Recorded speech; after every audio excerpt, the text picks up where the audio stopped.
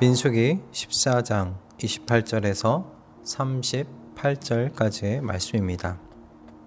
너는 그들에게 이렇게 말하여라. 나 주의 말이다. 내가 나의 삶을 두고 맹세한다. 너희가 나의 귀에 들리도록 말한 그대로 내가 반드시 너희에게 하겠다. 너희 가운데 20살이 넘은 사람으로 인구 조사를 받은 모든 사람들, 곧 나를 원망한 사람들은 이 광야에서 시체가 되어 뒹굴게 될 것이다. 나는 너희에게 땅을 주어 살게 하겠다고 손을 들어 맹세하였다. 그러나 이제 너희는 그 땅으로 들어가지 못할 것이다. 다만 여분네의 아들 갈렙과 눈의 아들 여호수아만이 들어갈 것이다. 너희가 사로잡혀 갈 것이라고 걱정한 너희의 어린 것들은 내가 이끌고 너희가 거절한 그 땅으로 들어가겠다. 그 땅이 그들의 고향이 될 것이다. 그러나 너희는 이 광야에서 시체가 되어 뒹굴 것이다. 너희 자식들은 40년 동안 광야에서 양을 치면서 너희의 시체가 썩어 없어질 때까지 너희가 저지른 죄를 대신 짊어질 것이다. 너희가 그 땅을 40일 동안 탐지하였으니 그 날수대로 하루를 1년으로 쳐서 너희는 40년 동안 너희의 죄의 짐을 져야 한다. 그제서야 너희는 내가 너희를 싫어하면 너희가 어떻게 되는지를 알게 될 것이다. 나 주가 말한다. 한데 어울려 나를 거역한 이 악한 온 회중에게 내가 말한 그대로 반드시 하고야 말겠다. 그들은 이 광야에서 종말을 맞이할 것이다. 그들은 여기서 죽는다. 모세가 그 땅을 탐지하라고 보냈던 사람들은 돌아와서 그 땅에 대하여 나쁜 소문을 퍼뜨리면서 온 회중을 선동하여 모세를 원망하게 하였다. 그 땅에 대하여 나쁜 소문을 퍼뜨린 사람들은 주님 앞에서 재앙을 받아 죽었다. 그 땅을 탐지하러 갔던 사람들 가운데서 다만 눈의 아들 여호수아와 여분네의 아들 갈렙만이 살아남았다. 아멘. 하나님께서 모세의 기도를 들으셨습니다. 하나님께서는 이스라엘을 용서하겠다고 말씀하시죠. 그러나 이어서 하나님께서 맹세를 하나 하십니다.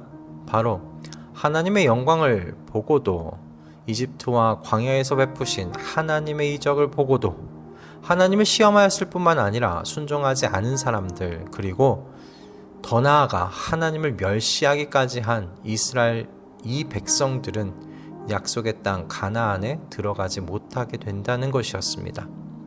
광야 1세대로 불리는 이들은 하나님을 시험하고 하나님을 믿지 않은 그 대가로 약속의 땅을 눈앞에 두고 광야에서 그 생을 마감하게 되었습니다. 인구조사를 받은 20세 이상의 모든 사람들, 곧 하나님을 원망했던 사람들은 광야에서 죽음을 맞이하게 됩니다. 그런데 아이러니하게도 그들이 사로잡혀 가게 될 것이라 걱정했던 자신들의 자녀들은 약속의 땅에 들어가게 되지요. 앞으로 나아가는 것을 두려워했던 이스라엘 백성들, 그들은 그 두려워했던 대로 앞으로 나아가지 않아도 되게 되었습니다. 대신에 광야에서 40년을 돌다가 그곳에서 생을 마감하게 된 것이죠. 차라리 우리가 이 광야에서라도 죽었더라면 더 좋았을 것이다 라고 말한 그대로 이루어지게 됩니다.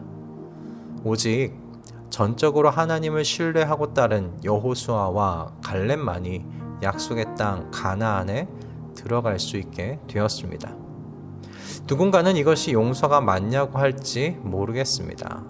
크신 사랑으로 용서하신다면 그 죄책까지도 눈 감아 주어야 하는 것 아니냐라고 말할런지 모르겠습니다. 그러나 그렇게 죄책까지도 눈 감아 준다면 어떤 일이 일어나게 될까요? 분명한 건 이스라엘은 오히려 더 죄 짓는 것을 무서워하지 않게 되리라는 것입니다. 그들은 이후에도 40년 광야 생활 내내 끊임없이 하나님을 시험했었습니다. 하나님 앞에 죄 짓기를 멈추지 않았었습니다. 때문에 사랑한다고 하여 죄로 인해 자신들이 져야 할 짐까지 없애준다면 그들은 더더욱 하나님 나라 백성과는 먼 삶을 살았을 것입니다. 게다가 앞으로 가나안에 들어가야 할 이 광야 2세대들, 그들의 자녀들은 하나님을 신뢰하며 그분을 경외해야 할 이유에 대하여 배우지도 못하게 되었을 것입니다. 즉 40년 인생의 채찍 또한 그들을 향한 하나님의 사랑이었다라고 우리는 말할 수 있지 않겠습니까? 하나님께서 이스라엘에게 내리신 이 결정은 결코 감정적인 매질이 아니었습니다. 광야에서 사는 것보다 젖과 꿀이 흐르는 가나안 땅 안에서 한 곳에 정착하여 사는 것이 풍족하고 편안한 삶이었겠지만 그것이 궁극적인 삶은 아니지요. 궁극적인 삶은 하나님을 경외함으로 하나님을 신뢰하고 의지하며 그분과 동행하는 삶입니다. 하나님의 사람 다윗은 주님의 집들 안에서 지내는 하루가 다른 곳에서 지내는 첫날보다 낫기에 악인의 장막에서 살기보다는 하나님의 집 문지기로 있는 것이 더 좋습니다 라고 그렇게 노래하지 않습니까? 그러나 불행하게도 죄의 성향이 깊이 뿌리 내려졌던 사람에게는 악인의 장막에서의 삶에 더 유혹을 느끼게 된다는 겁니다. 그러므로 하나님의 훈육이 필요합니다. 죄를 용서받으며 하나님의 사랑의 품 안에서 살아가되 죄의 대가는 달게 받아 하나님을 경외하고 그분을 신뢰하며 사는 삶을 훈련받아야 한다는 말씀입니다. 그러므로 하나님께서 용서하신다고 하여 죄에 대한 책임까지 면제하여 주실 것이라고 기대하지 마십시오. 물론 하나님께서는 예수 그리스도로 하여금 십자가에 대신 죽게 하심으로 우리를 죽음에서 건지셔서 영원한 생명을 얻게 해 주셨습니다. 그러나 살아가면서 짓는 모든 죄의 책임까지 면제하여 주신 것은 아니지요. 그랬다가는 우리는 하나님을 두려워하지 않고 멸시하며 살아갈 것입니다. 경외하는 것이 무엇인지, 옳은 일을 하며 살아가는 것은 어떤 것인지 배우지 못할 것입니다. 때문에 하나님께서는 죄에 대한 책임을 면제해 주지 않으십니다.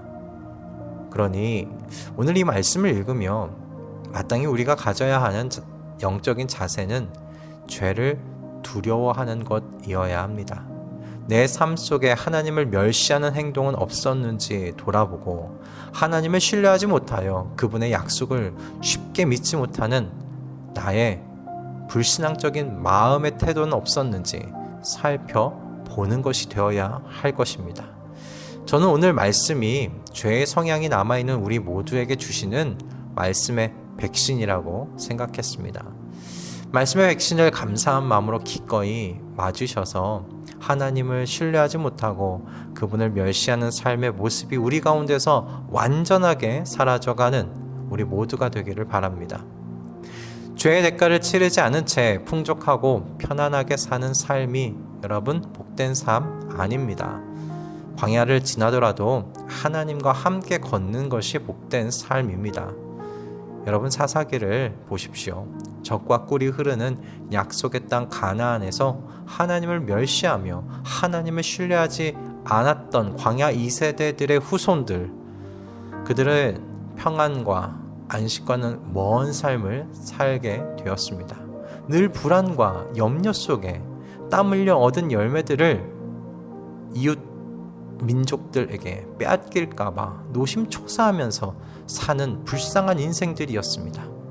그러나 하나님과 동행했던 광야의 삶에서 먹는 것은 늘 만나와 메추라기였을지는 모르겠지만 노심초사할 필요도 없었고 불안해할 필요도 없었고 염려와 걱정도 할 필요가 없었습니다. 하나님의 구름기둥과 불기둥이 그들 앞에 늘 함께 있었기 때문입니다.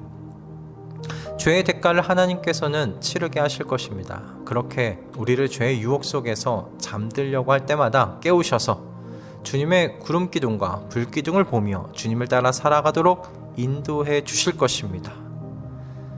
오늘 이 말씀을 모세의 신명기 고별 설교 중 한 구절을 읽어드리는 것으로 마무리했으면 좋겠습니다. 신명기 4장 9절의 말씀인데요. 당신들은 오로지 삼가 조심하여 당신들의 눈으로 본 것들을 잊지 않도록 정성을 기울여 지키고 평생 동안 당신들의 마음속에서 사라지지 않도록 하십시오. 또한 그것을 당신들의 자손에게 길이 알리십시오. 아멘. 기도하겠습니다. 주님, 매번 크신 사랑으로 주님 앞에 짓는 우리의 모든 죄를 예수 그리스도의 피로 씻겨주시니 감사드립니다. 그리고 우리를 사랑하시사 죄의 대가를 면제하지 않으시고 치르게 하심으로 죄에서 멀어지도록 가르쳐 주시니 그 또한 감사드립니다. 오늘 우리로 하여금 생각하게 하신 이 말씀으로 인해 더욱 죄를 두려워함으로 멀어진 삶 살게 하시사 주님과 동행하는 삶을 누리며 사는 우리 모두가 되게 하여 주시옵소서. 우리가 죄 안에서 잠들려고 할 때마다 깨우셔서 주님의 영광을 주목할 수 있도록 이끌어 주시옵소서. 예수 그리스도의 이름으로 기도드립니다. 아멘.